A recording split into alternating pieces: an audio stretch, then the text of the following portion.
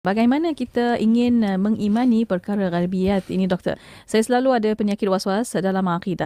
Ini sangat mengganggu saya sampai kadang lemah diri sebab terlalu kuat gangguan ini. Mohon bimbingan daripada Doktor. Bagaimana? Bismillahirrahmanirrahim. Tuan atau puan yang bertanya, bagaimana kita ingin beriman dengan perkara ghaibiyat? Dia kena datang dulu dengan keimanan kepada Allah dan Rasulnya. It has to start from there. Kita kenal Allah dulu. Siapakah Allah? Bagaimanakah Allah? Sifat-sifatnya. Dan kita kena kenal baginda Nabi Muhammad sallallahu alaihi wasallam. Dialah nabi yang diutus oleh Allah Subhanahu wa taala. Dialah nabi yang sebaik-baik makhluk. Rasul sebaik-baik rasul. Sebaik-baik makhluk. Imamul mursalin. Kita lihat sifat-sifatnya, keagungannya dan mukjizat dia.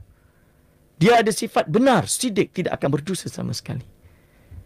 Di waktu yang sama, Allah menurunkannya Al-Quran. Dan Al-Quran itu benar. Lihat Al-Quran. Bagaimana the magnificent of Al-Quran. Al-Quranul Karim, Al-Quranul Azim. Al-Quran. So, apabila sudah pegang ini dengan kuat,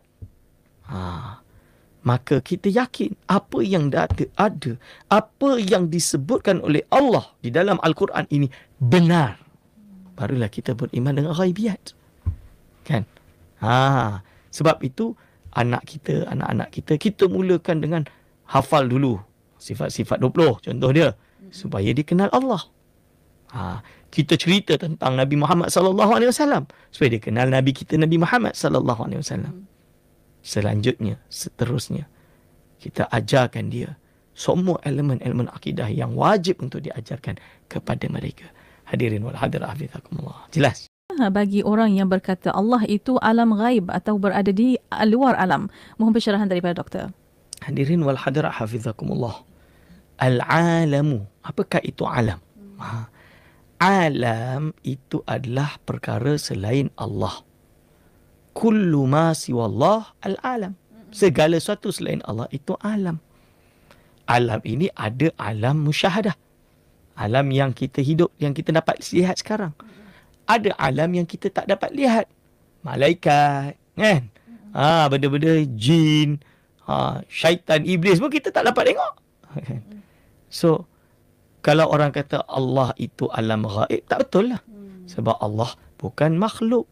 Allah ni yang menciptakan alam. Sama ada alam musyahadah maupun alam ghaib. Dua-dua ini adalah ciptaan Allah Subhanahu wa ta'ala. Kan? Kalau Allah itu berada di luar alam, contoh dia, itu pun kurang tepat. Dari segi apa? Dah mensabitkan Allah itu berada. Allah itu bertempat. Walhal Allah SWT ini tidak bertempat, tuan-tuan dan puan-puan. Dia yang menciptakan tempat. Kerana tempat itu makhluk. Hadirin wal hadirat hafizakumullah. Jadi Allah Subhanahu wa taala ini Tuhan yang Maha Kuasa yang menciptakan segala sesuatu. Apakah dia bertempat? Allah SWT wujud tanpa bertempat. Kerana tempat itu makhluk. Itu dia insya-Allah. Hadirin wal hadirat hafizakumullah. Nana bertanya, Allah Maha Pengampun. Kenapa ada yang masuk neraka? Hadirin wal hadirat hafizakumullah. Benar Allah SWT Maha Mengampun. Dia Maha Mengampun siapa pun hamba yang kehendak untuk dia ampunkan. Allah juga memiliki sifat jalal. Maha kuasa. Dia boleh melakukan apa sahaja yang dia kehendaki. Dan Allah SWT juga telah berfirman kepada kita. Contohnya Abu Lahab akan masuk neraka selama-lamanya. Kan? Abu Lahab akan masuk neraka selama-lamanya. Dan Allah juga mengkhabarkan kepada kita, innallaha la yukhliful mi'ad. Allah SWT tidak akan melanggar janjinya. Maka jawapannya, Allah Maha Kuasa memilih siapa yang hendak diampunkan. Dan dikhabarkan kepada kita, di kalangan orang-orang beriman yang berdosa, Allah Maha Mengampun. Allah juga Maha Kuasa, Jalal, kan? Allahul Jalil, memilih mana-mana makhluknya yang Allah takdirkan ia untuk diletakkan dalam api neraka. Itu hak Allah Subhanahu wa taala. La yus'alu amma yaf'alu wa hum yus'alun. Allah tidak akan ditanya apa yang dia perbuat, mereka yang akan dipertanya. Ini. Dan Allah dah khabarkan kepada kita, dia tidak akan mengingkari janjinya. Okay. Jelas kan, insya-Allah. Jelas Konti pada waktu ini. Bolehkah kita mencari-cari bukti saintifik dalam Al-Quran dan hadis untuk lebih mengukuhkan keimanan kita ini? Sebab saya pernah dengar bahawa ianya tidak tepat, melainkan kita kena sami'na wa ata'na. Bagaimana doktor? Hadirin wal hadirat hafizakumullah. Mencari bukti saintifik dalam Al-Quran tidak dilarang.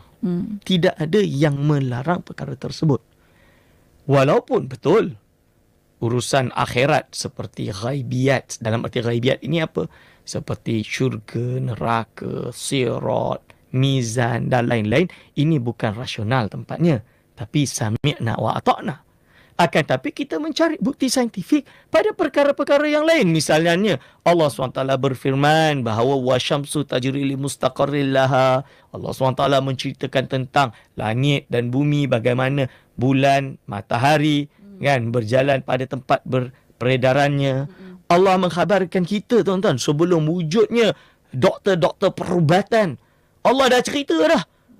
Bahawa nanti akan ada mani masuk ke dalam rahim. Rahim akan menjadi segumpal darah. Darah akan menjadi segumpal daging. Dari daging akan berapa lama proses tersebut sehingga menjadi bayi-bayi pun keluar. Allah khabarkan di dalam Al-Quran. Allah menceritakan bagaimana manusia lahir dalam keadaan tidak ada ilmu, lalu membesar menjadi orang dewasa, mukallaf kan. Tapi nanti bila dia tua, dia dah jadi macam bayi balik. Itu jelas. Itu adalah bukti saintifik untuk mengukuhkan iman. Ini yang kita cari. Sebab itu ada buku-buku tentang dalil saintifik tentang kewujudan Allah melalui Al-Quran dan selainnya. Baik, Dr. Riau, Indonesia. Masya Allah. Katanya penggemar Radio IKIM, mungkin dia nak ada pertanyaan, Doktor. Saya ini tidak hafal sifat 20, tapi saya meyakini. Adakah saya berdosa atau tidak? Tentulah tidak, Puan. Ibu tidak, Bu. Tidak berdosa. Seperti yang telah dikhabarkan tadi, bukan, dia tidak berdosa.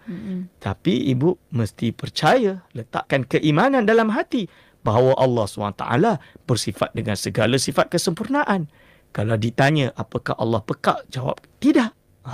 Kalau ditanya apakah Allah maha melihat, ya. Itu pun dah cukup. Maksud apabila ditanya. Jadi dia tak hafal sifat 20. Tapi kalau ditanya, dia tahulah jawab. Allah ni sama dengan makhluk ke? Tak. Allah mestilah berbeza. Dengan yakin. Ini. Itu dia hadirin wal hadirat yang dimaksudkan, insya-Allah. Insya-Allah.